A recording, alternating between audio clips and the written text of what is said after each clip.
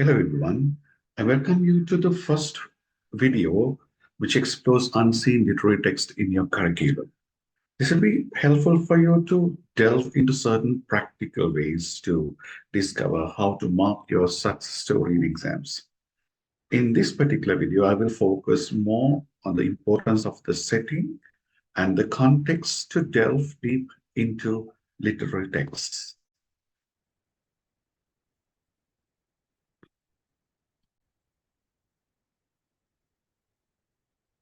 So let's explore why unseen texts are given in literature curriculum. It's quite important for you to know that. Then you know the objectives and you answer the questions. In this vast syllabus, in any of the syllabi, we find that unseen texts play kind of major role. So let's explore why it is given.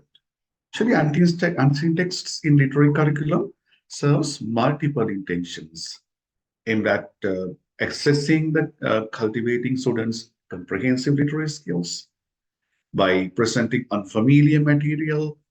Examiners aim to gauge students' critical thinking and analytical abilities that challenge them to extract meaning, identify devices, and discern overarching themes on the spot. That's quite important, right? We in other texts we have kind of freedom to study them prior, but here your literary analytical skill is checked on the spot. This approach assesses not only their reading comprehension. This is not actually analyzing your reading comprehension, but also the adaptability and quick thinking in applying literary analysis to new content. Now, we all got reading materials in some other examinations. Answering a reading comprehension test and answering unseen are quite different. So first you have to understand that. And after that, unseen texts serve as a fair evaluation method by preventing reliance on memorized context, right? You usually memorize content, like you study a novel and you memorize the content. You prior have kind of prior study, prior teaching, prior tutoring, prior lecture, prior uh, basic studies, and you have your short notes and all. But here you get nothing. You're helpless and you're pushed into the swimming pool without having any help. So that you have to swim. That allows students to showcase their interpretive skills without the advantage of prior exposure to specific texts. That's quite important. Language use within these unseen texts is also very important. It further becomes a focal point for evaluation. It examines students' proficiency in employing literary terminology, articulating insightful interpretations, and expressing their analysis with clarity and precision. That's quite important, right? You have to focus the language you present in your answers as well. Further, this practice prepares students for real world scenarios. That is the most important factor I find here. This obviously would help you to become an artist.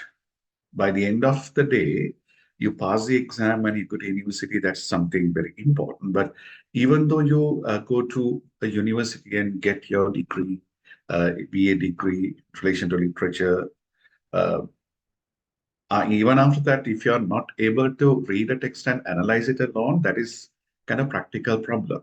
So this would rather let you uh, challenge yourself and to check whether you have already become a critic and you have developed your analytical skills. So that basically the ability to analyze and interpret unfamiliar literary text is quite important. It is one of the major functions of the area unseen analysis.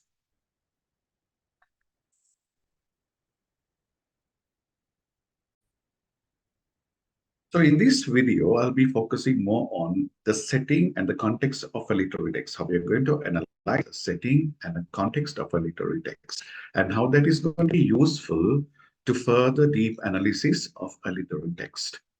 So my discussion was on why this is given. So in analysis, I would like to tell you that these are quite important for you to focus. Then you know why what you're studying and why you are studying this. What intentions the examiners have in giving this sort of a test item in your examination. First, it is developing critical thinking and analysis, analytical skills. Reading comprehension is also a test. Example, in the questions given in both unseen prose and unseen verse, unseen poetry questions, reading comprehension is also focused. That is also one of the areas that the examiners test. And it checks your adaptability. You are you're used to one literary text, one suppose that one poem, you study one poem of one poet.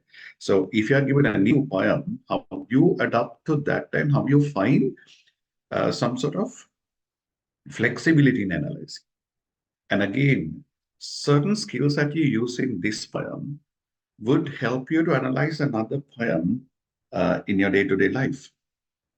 And further, it checks your literary skills as well.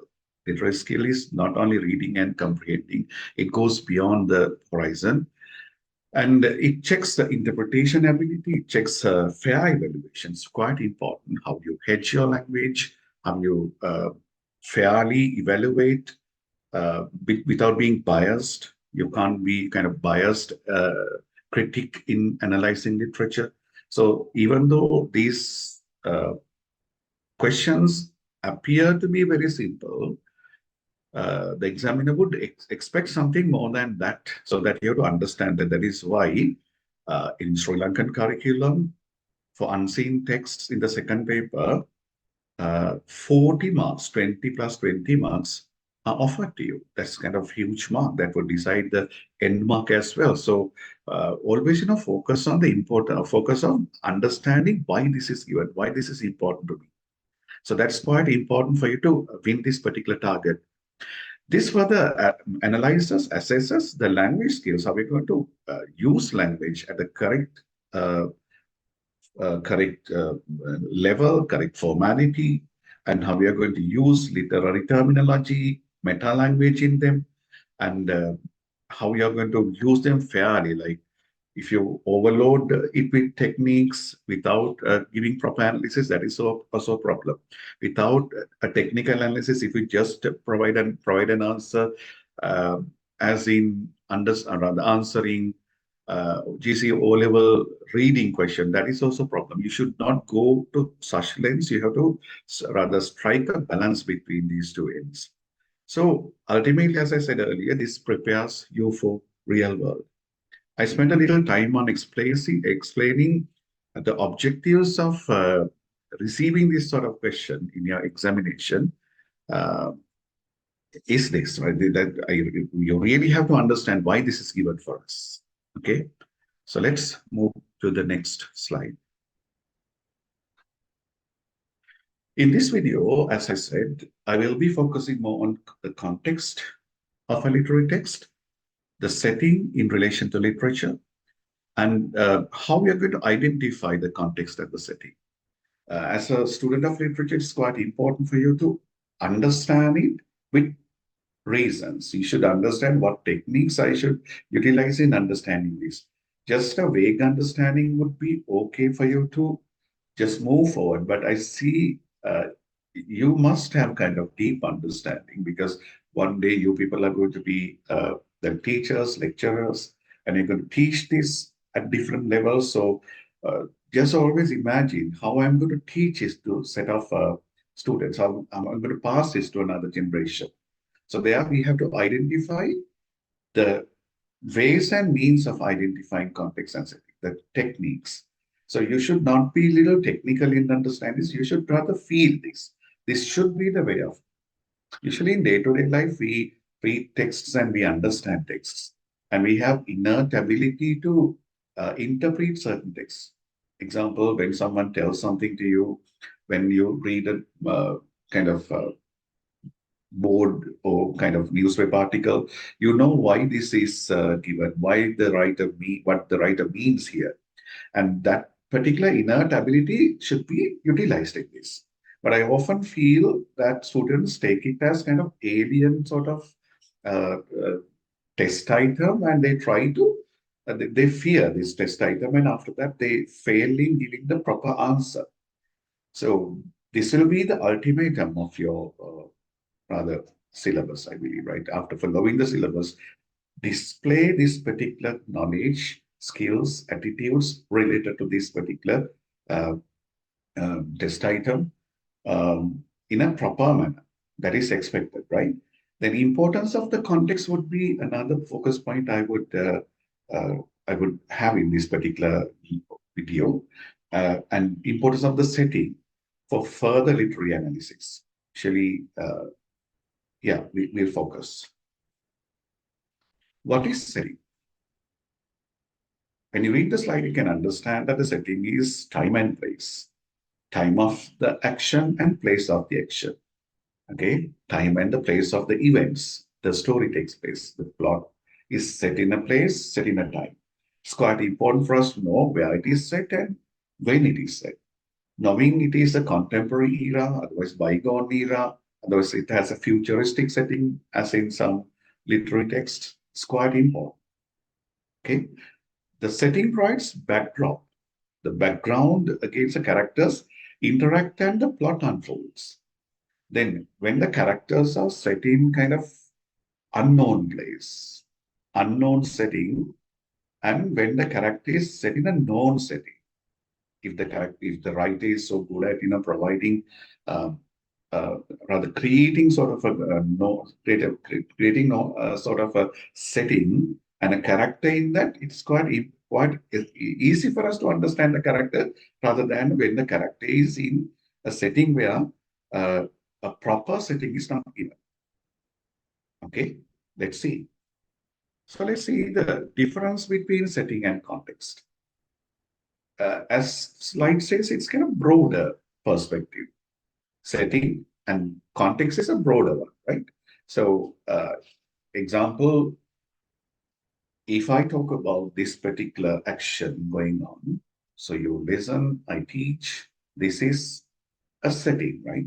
Setting, the time that I record this video, the place I record the video, that is quite important. And after that, the context means perhaps the world context, the ups and downs in the world, what sort of conflicts which are going on, and sometimes what sort of pluses are there in the world. If I come to South Asia, what sort of South Asia we see at the time that I'm rather recording this, what sort of socio-economic, political, interpersonal, and intrapersonal informal problem, the interpersonal evidences are there, the experiences of the people. And if I talk about Sri Lanka, now we know that there's a kind of political turmoil, economic turmoil. At this kind of vast backdrop, vast context, I record this video, and that vast context is a vast background is a context. This is the setting. So it includes social, cultural, historical, and political circumstances as well. Then, as a student, you should realize the importance of these in analyzing a literary text. How many of you actually realize the difference between analyzing a character in isolation and analyzing a character keeping at a social context and a specific setting? When the character interacts with those two, like setting and context, is that you have to see the difference between that and analyzing a character in isolation. So if you take July's character in isolation, July's character, if you place that in that particular social setting and context, and what sort of information you receive from that, you should rather compare, contrast, and you should judge, which is quite important for us. So there are situations the examiners would provide you one character and analyze that with certain little details. That is also another skill. So we're going to experience things of that nature in the coming slides. Usually the context provides a framework for understanding, right? And it lets us understand what motivations are there in the author. Now, you came across a lot of authors in our syllabus, and you found certain authors had certain motivations why they write this novel, why they write this particular poem. why they present this short story to the world public. They had their different motives for the motivations. So sometimes they are internally motivated to discuss their inner conflicts with the audience. Otherwise, they would they are motivated by the societal changes. So I will take the same example, July's People by Nadine Godima. Godima's experience related to that particular context motivates her to write a novel like this. When it comes to Markandeya, same case scenario. Jhumpa Lahiri, she experiences the complex psychological conditions of people who used to live in Indian American diaspora that motivated. So that it's obvious to realize that the importance of the context in uh, motivating a writer to bring a plot like that. Uh, Sometimes, the context opens us to larger social contexts, larger issues, and it will provide larger ideas as well. If we can analyze a character in isolation and if we keep that character in a larger context, uh, we find two different aspects in it, right? Uh, it helps us to understand the author's background, author's knowledge, skills, attitudes, language, perspectives, and her biases as well sometimes. So if the writer used to live in a kind of critical context, like the conflicts are like perhaps interracial conflicts, perhaps apartheid sort of a conflict. If such a conflict is going on, sometimes in societies where education becomes a conflict, geographical conflicts are there. So writers' biases can be realized when you read the context and when you similarly examine the text. So it will allow us to understand the literary movements and certain cultural climate as well. So all these are quite important for us to understand before we straight away go to characters, characterization, and the themes. What I have noticed often is students focus more on the themes, characters, and their relationships, giving less importance to setting and context. I do not mean that you have to exaggerate, overuse setting and context in answers in your analysis, but without, excluding that per 100% that you can't be a good critic. So please make sure you understand the difference. I wish that you understand the difference between setting and context. In conclusion, I say setting is very specific, context is quite general. It's kind of bigger version, broader version. So let's explore this example. What is the difference when you compare the previous one and this one? I've added a currency to this. I've added another information which will be quite important for you to decide the setting and the context. Do you find this more comfortable for you to analyze? With what information? So you get the term rupees. That would basically narrow down the possibilities. Like now you get the term rupees. It can be the father works in a country where perhaps rupees is used as a currency. Okay, maybe. So I say, so my father and 275 as his salary and the important information rupees, the currency would help you to go further in analyzing this literary text. And that would suggest you the setting, and that would be helpful for you to understand the bigger social context as well. So let's see.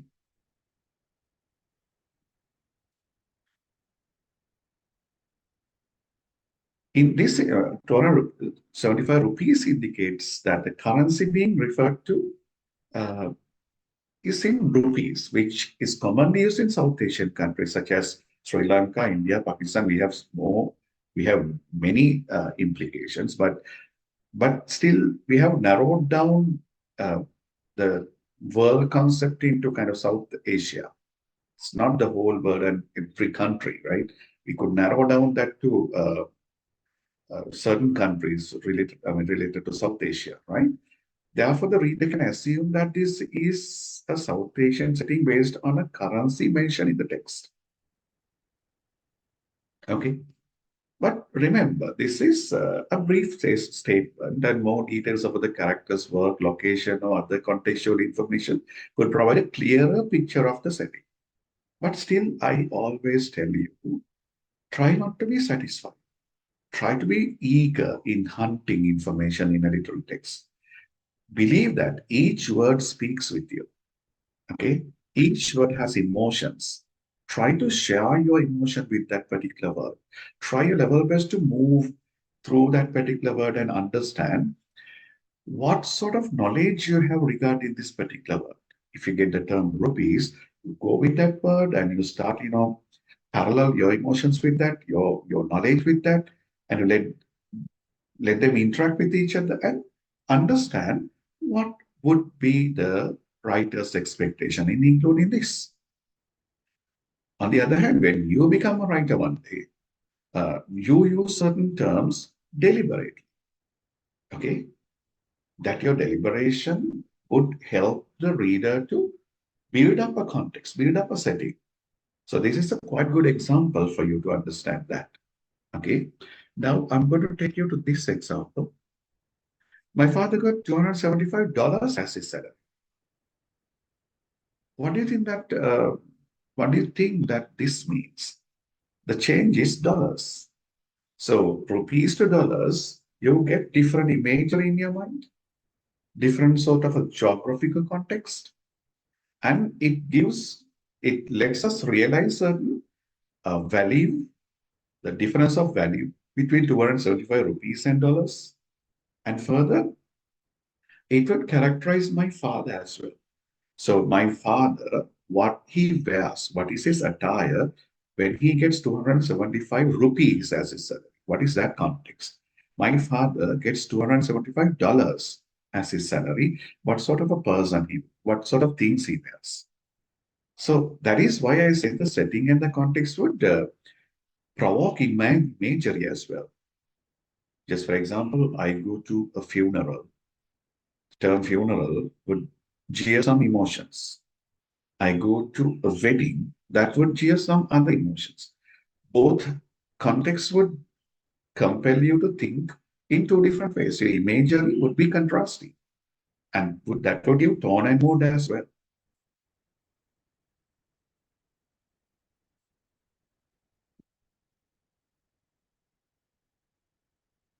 The currency in use may be United States US dollars, or a country that uses dollars as its currency. This points to a setting in a country that employs the US dollars as its official currency, which could include US itself or other nations where the US dollar is commonly used. Okay, so let's explore this example. You can see the development.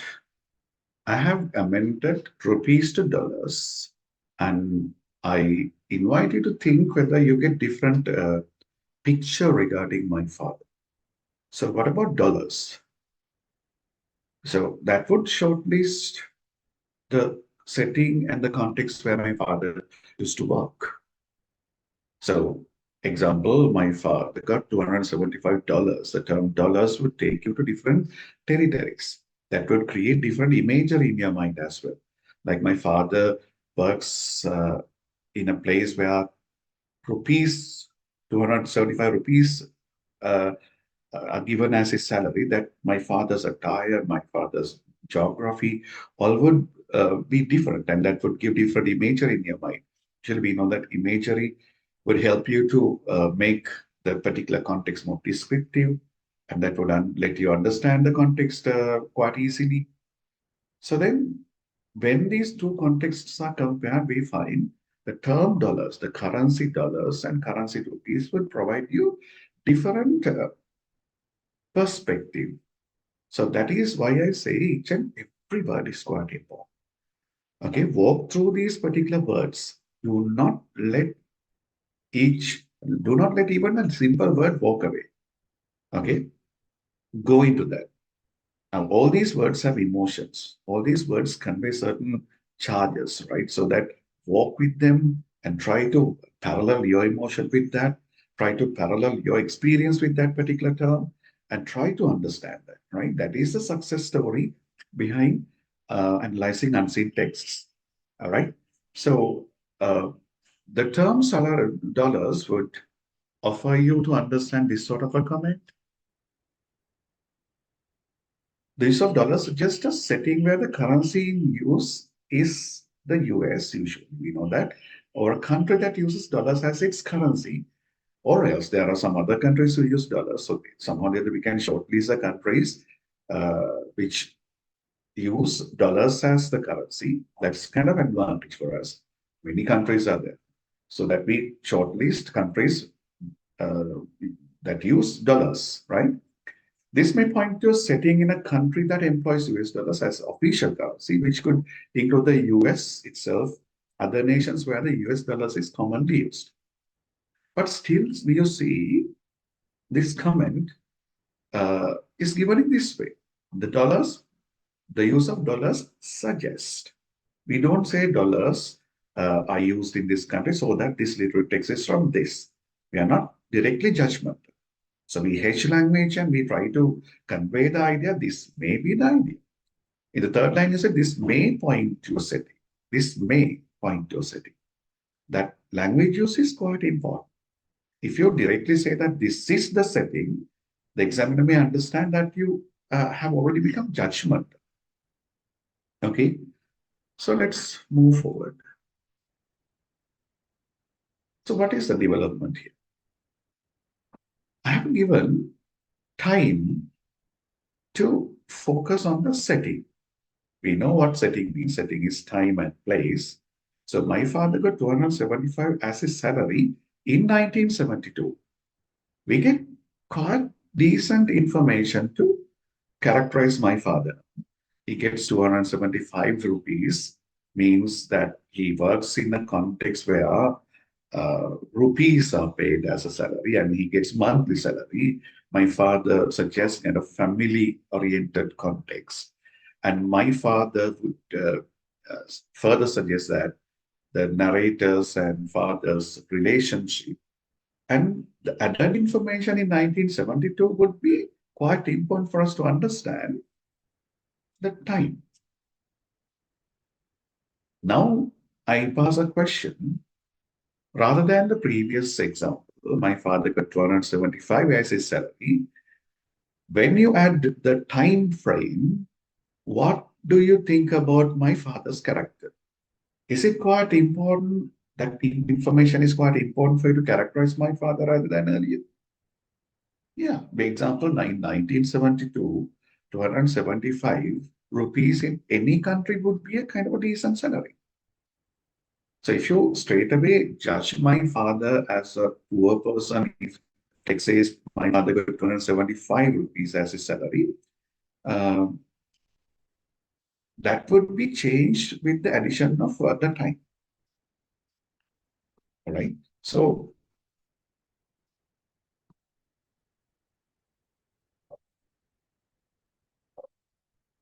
it adds economic stability, responsibility. It's a South Asian setting, probably like countries like Sri Lanka, India, Pakistan. Rupees are used as a currency. Salary implies a role of a provider, just active engagement in professional occupation.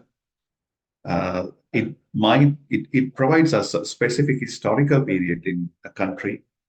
As a backdrop of 72, the characterization gains depth as its time frame aligns with notable historical events and economic conditions in the region. So you see the development. Okay. So always believe that you should start your learning with the minimal point. Even a word would be important. Example, help with a full stop, help with a question mark, help with an exclamation mark. Help, help, help. So even these three contexts would provide certain information to judge the setting and the context if you are a careful observer, careful, if you're a kind of good analyst. Okay. So I take you to a different context now. Read this. A girl must behave in the recommended way and should dress appropriately. A girl must behave in the recommended way and should dress appropriately. So try to go into each and every word and try to imagine what sort of setting, context that can be in your mind, that you can weave in your mind. So a girl, the term a girl, that's kind of general attitude, right? There are many girls and a girl would be a one girl out of all these. The term must gives kind of obligation, right? That has a charge of responsibility, obligation. We talk about behavior and a girl and the term obligation. Means there implies there are a lot of girls and randomly select one girl, and that girl would be a general representation of others. What do you mean by the recommended way? There can be a recommended way and the recommended way. You get the important use of the determinants. A girl, the recommended way focuses on something very strict and desired. Okay. And should, again, we get another word like should. Dress appropriately, present the girl, and appropriate way is also suggested by someone. So this is my initial talk, and I get a full stop at the end. So perhaps very little number of words, but still I believe that we can gain some idea regarding idea from these words. All right. Uh, think about the setting. Think about the context. Even though we get we get minimal details about the setting and the context, we can analyze the character girl with the existing information. We can assume a setting and a context. All right.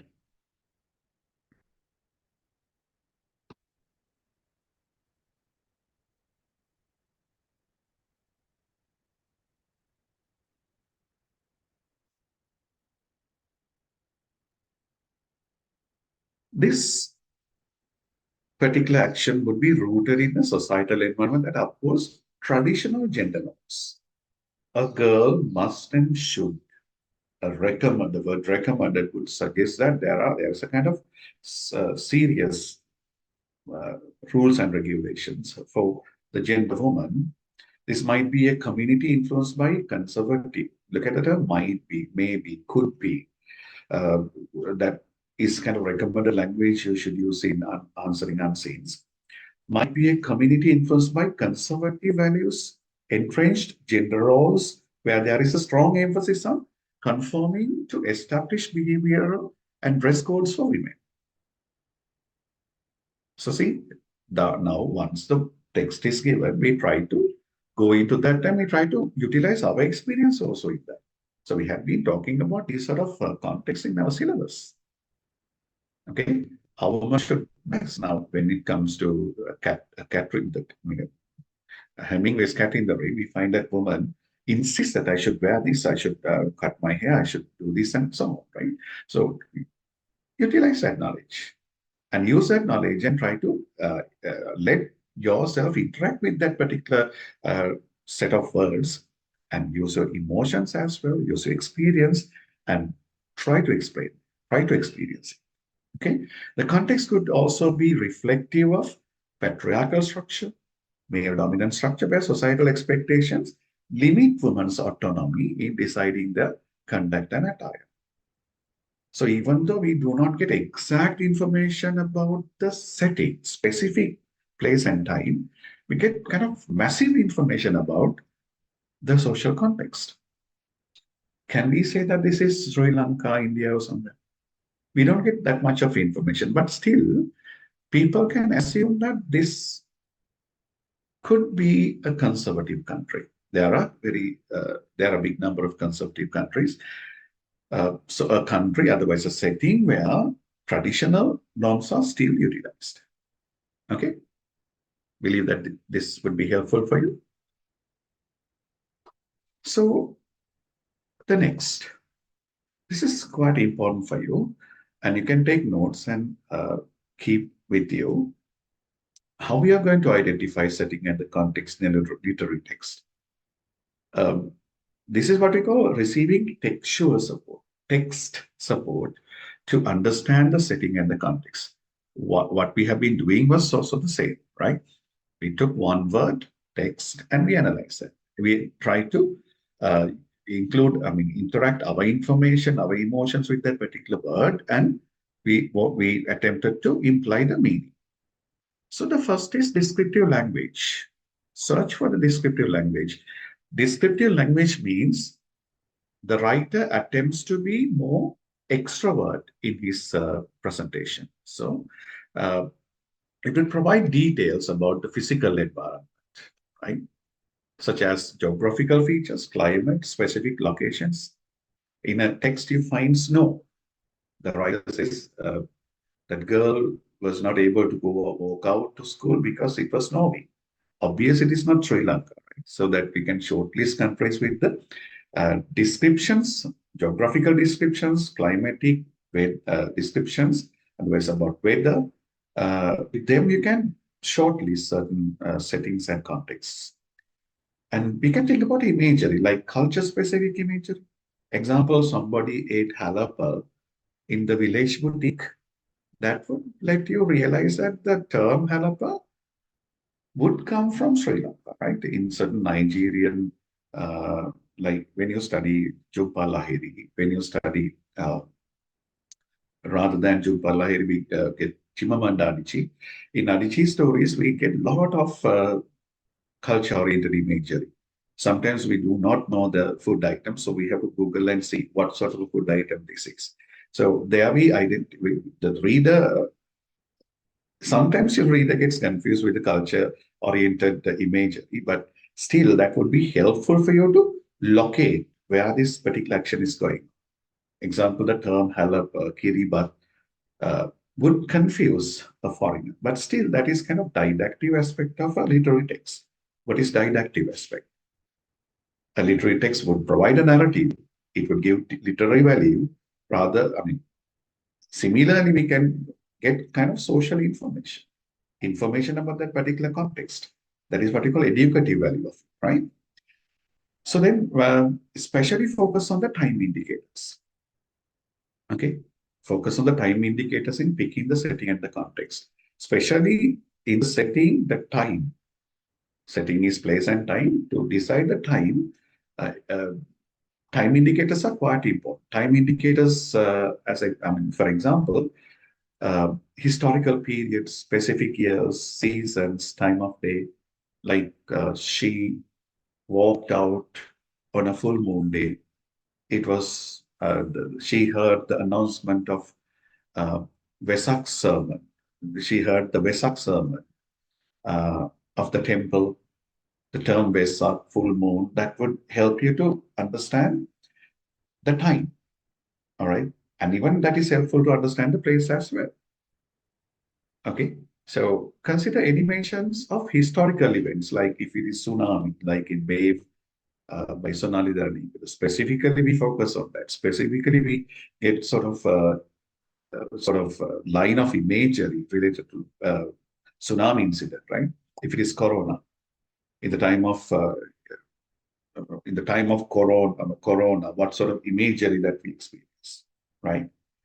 Uh, there's another called Love in the Time of Cholera that gives you particular time period and even the societal context. That is, both are set in a sort of historical event. Okay. All right, then we can move on the character speech and behavior, the language of the character. Analyze how characters speak, including their dialect, language, and choice of words, as this can provide clues about their cultural background. This is not kind of new term to you, right? This is not at all new. You examine them in your prescribed text in the syllabus. Like when you study uh, Shakespeare, you get a different dialect, different language appearance, right? When it comes to uh, Chitrafanandu, Chitrafanandu's use of different codes, code mixing, code switching, code mixing rather, you can understand that her dialect is different, and she tries to focus on uh, Sri Lankan way of speaking, Sri Lankan way of writing. And when it comes to uh, Thomas Hardy, in Test of the Weevils, you get quite nice interpretation about language of the villagers and language of upper class people. Like Tessa's mother speaks different language, father speaks different language, and other characters speak different languages. Rather, not language actually, I'm sorry, dialect, language dialect. So with their dialect, we can understand where they are situated. In the same country, there are different areas so that we can place these characters at different areas. Now, Sinhala is used in numerous ways in Sri Lanka so that if that is printed in a book, you can locate that person. You can take the character and place it. This is Kandy, this is Colombo, this is down south. With the language, you can understand that. So that with the language, not only with the imagery and the specific locations even in the text, even the language is quite important for us to understand the setting and the context. Then it's important, cultural references. Sometimes the customs, traditions, rituals, some celebrations like in Kamala Markandeya's Necktie Nasi, we get celebration of Deepavali festival. If you get a text extracted from a place like that, we can understand, okay, this is the cultural background of the story. That would help you to understand the setting, and that would help you to understand the general setting. There is a context. So you have to pay attention on the social structure, hierarchies, cultural values. And in the previous example, you saw that a girl must behave in this way, girl must dress like this. That's kind of a cultural reference that suggests a social structure, certain cultural values suggested and instilled by the society on certain genders. That would help you to understand uh, from which text, from which setting, context that this particular, uh, in which particular context and setting this particular literary, based on which setting, which context that this particular literary text is written.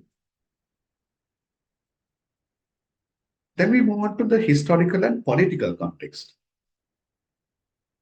Okay, let's focus on that.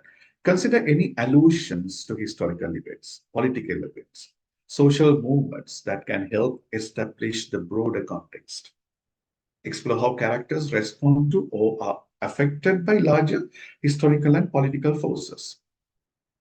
If there is a text which displays the idea, because I'm black, people, black, white people look at me in a different way. Even though the term racial segregation is not given, the charged words like black and white would help you to decide what, in what setting, what context this particular action is going on, right? Then the next is also quite important. That's about proper nouns. To pay attention to proper nouns, like if the text tells you about David, John, Herbert, or something like that, you get names like that. You get obviously you get an idea that this particular literary text would be uh, would be a Western setting, right? Such names can live in Sri Lanka as well, right? We should not forget about that. Such names can live in Sri Lanka, but still, our initial attention goes to Western setting, right? So the things like Eiffel Tower. things like Vesak festival, as I said. These are proper nouns, right? So that this would help you to note the setting and the context, right? Food habits are important. Like people take heavy breakfast in some countries. Some people take heavy dinner in some contexts.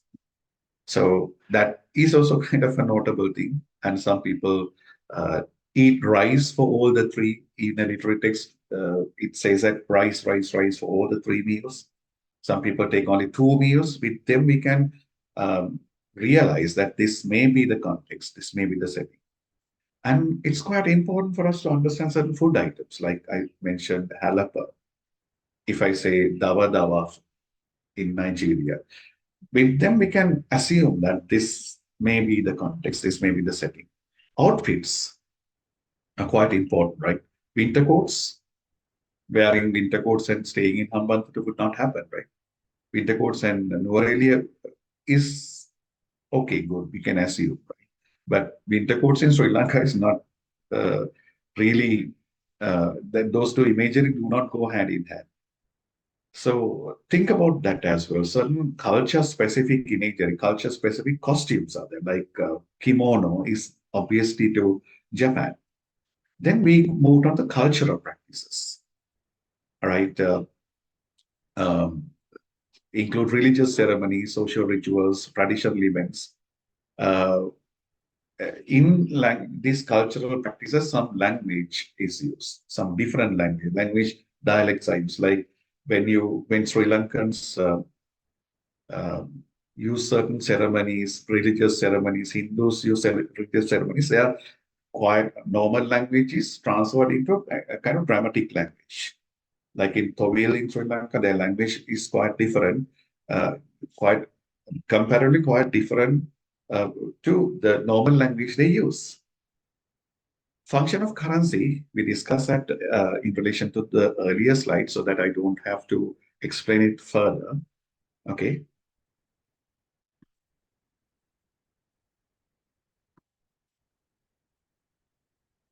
Setting is an integral part of a story's context. Why a setting is that context goes beyond setting to include a more comprehensive understanding of the external forces at play. Context provides a framework for interpreting the work within a larger cultural and historical landscape. So that would be the kind of conclusive statement for the work that we have been doing. Like this statement concludes the idea of the definition of setting, definition of context, and the comparison.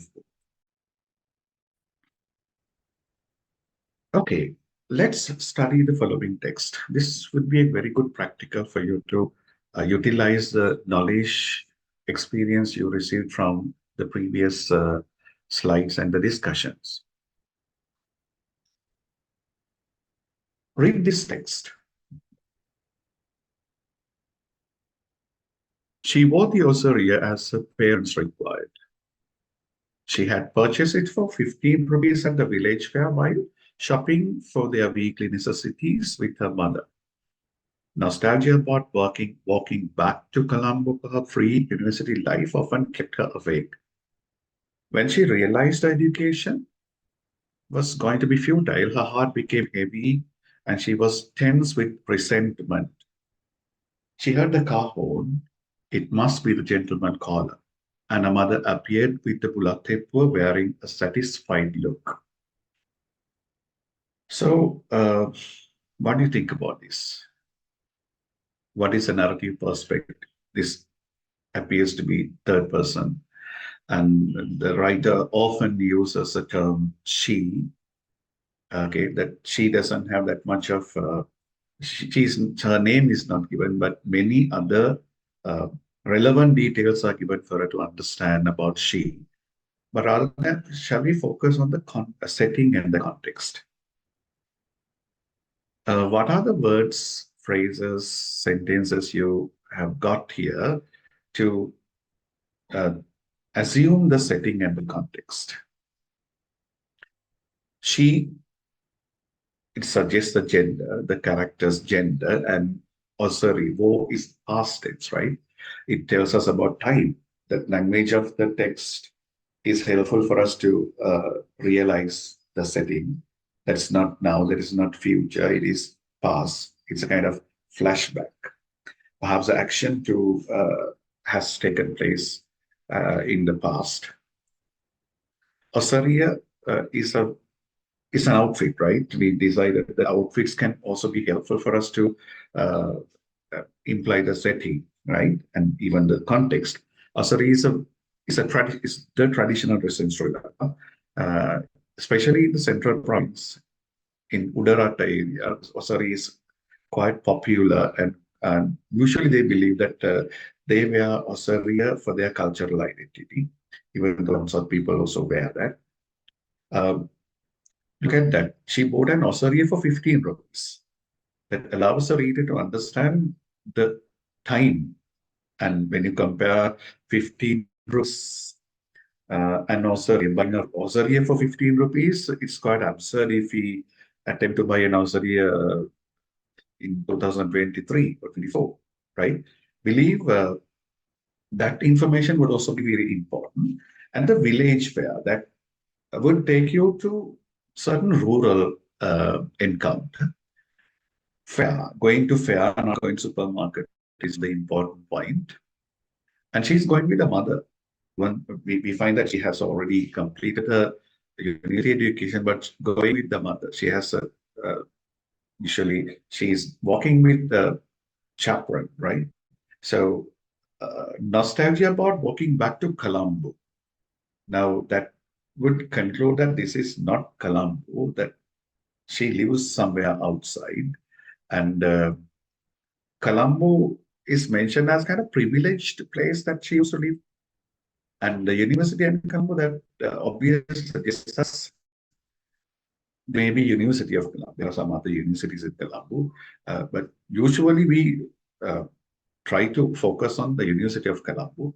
So when she realized her education was going to be futile, what is that? She has come, perhaps she has completed her degree, but still she believes that her education is futile because parents are going to bring a gentleman caller, a manamalya, to give her in a marriage. So that she realizes that education is going to be kind of futile for her. And she's not happy about it, right? So that this would be an idea that this is about the parental concept, and she's psychologically paralyzed. She is not able to exercise her own will. So amidst it was going on, she heard the car horn. It must be the gentleman caller. Okay, that it's quite sure. Car horn, M dash, it must be the gentleman caller. So that is a consequence. Mother appeared with Bulatepur. Bulatepur is a culture specific imagery. Perhaps a foreigner would not realize Bulatepur is connected to marriage. Even they don't know the imagery Bulatepur. And even Australia needs a key to understand, right? And mother's face had a satisfied look. She was wearing a satisfied look. While the girl is not happy, the mother is satisfied. That's about the attitude that mother has and the girl has, right? So the we get kind of we get a lot of information here, like we get proper nouns like Osiriya, Colombo, and we get certain information about currency. We get attitudes of people. We get code mixing here. It's about dialect. And we get information about education, information about social cultural norms like status of woman in this particular community and her education and how futile it is in front of parents' consent. So there is kind of parental politic going on here. So, um, and we get certain imagery about rurality, and we get imagery that this particular person called she moves from one culture to other, like urban culture to rural culture, and she prefers to stay in the urban culture mainly because of her education. Otherwise, it is the open, free culture that she experienced there. She doesn't like this because of the hindrance, otherwise, pressurized culture she experiences here. So we get a lot of information, right? So as I said earlier, please analyze this, keeping that particular criteria given in the previous slides. Okay, I suggested 10 areas to focus on. Focus on those 10 areas and analyze this. So I give a suggestion to you. So I use simple present tense here.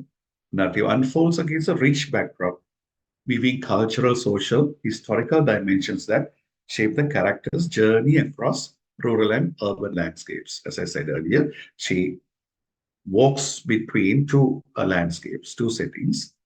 Character's reluctance to marry unveils a nuanced societal landscape where expectations and pressures surrounding marriage play a significant role. Marriage becomes part and parcel in this community, so that even though she is not really happy, parents force her to marry. This resistance marked by the clash between individual desires and societal norms that delves into influence of parental expectations of marriage. Character's adherence to weaving the ossuary as required by her parents highlights the interplay between personal aspirations and traditional family structures. Historical context of 15 rupees ossuary suggests a bygone. It's not now. Time. Prompting reflection on the evolving roles of women and changing societal expectations. This narrative juxtaposes. Now you can have to focus on this. In this answer, I use literary terms, not for the sake of using them.